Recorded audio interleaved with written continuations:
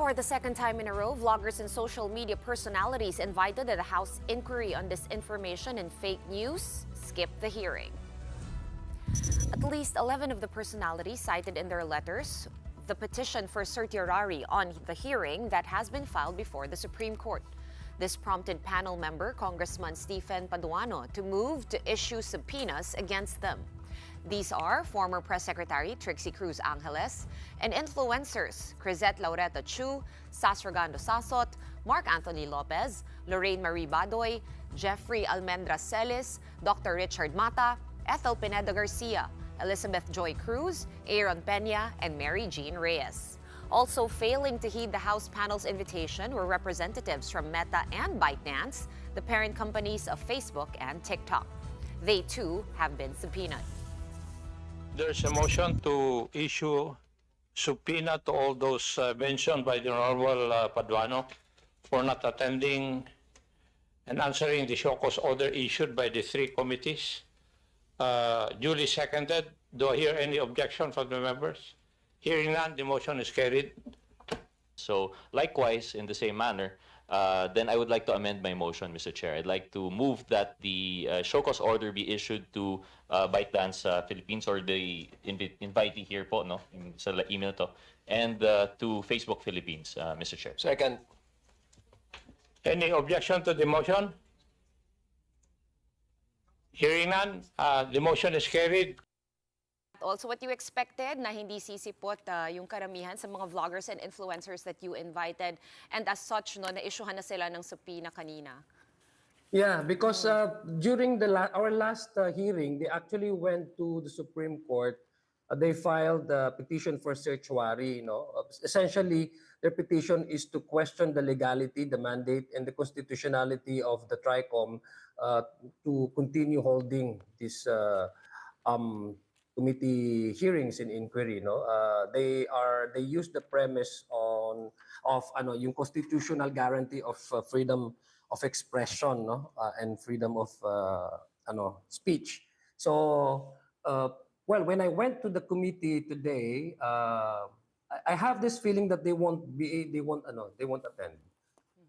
Kasi doon lang sila pumunta sa Supremo, and then also they're also holding press conference, no, instead of no, they have this opportunity to join the committee hearings and say whatever they want. They can accuse us of anything, no.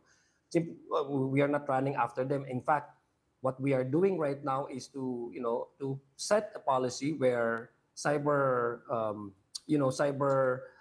platforms, social media accounts, and social media operators would have to really police their community because there seems to be a propagation and proliferation of fake news, no. So gusto naming mapakinggan yung kanilang inputs, no.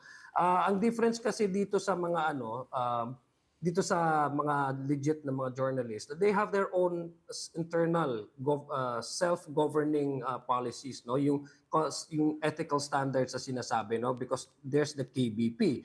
And even if the print media, and even in your show, no, before you can actually choose whatever topics that you want to air or discuss about, may editorial board kayo talaga na may nag-approve dyan. But in the case of the vloggers and other advertisement, they seems to have no discipline, guidelines as to how they will go about in terms of informing the public, no, whether this information or this information are merely opinions or are they really backed up by verified facts.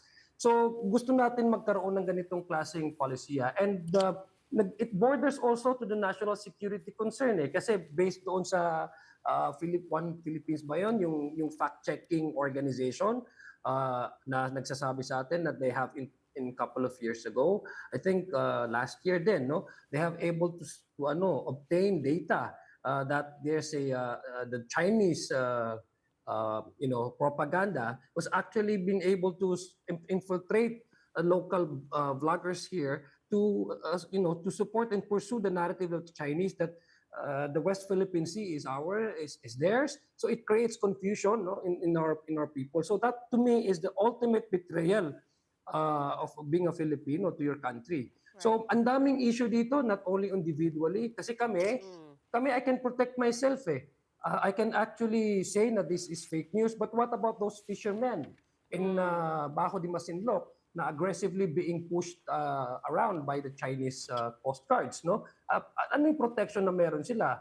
Ang protection lang meron sila is number one, of course, we have to arm and capacitate our Coast Guard in order to protect our sovereign rights over these internal waters that is considered to be under the AUKUS, ours in the first place. At the same time, the support of the populace to really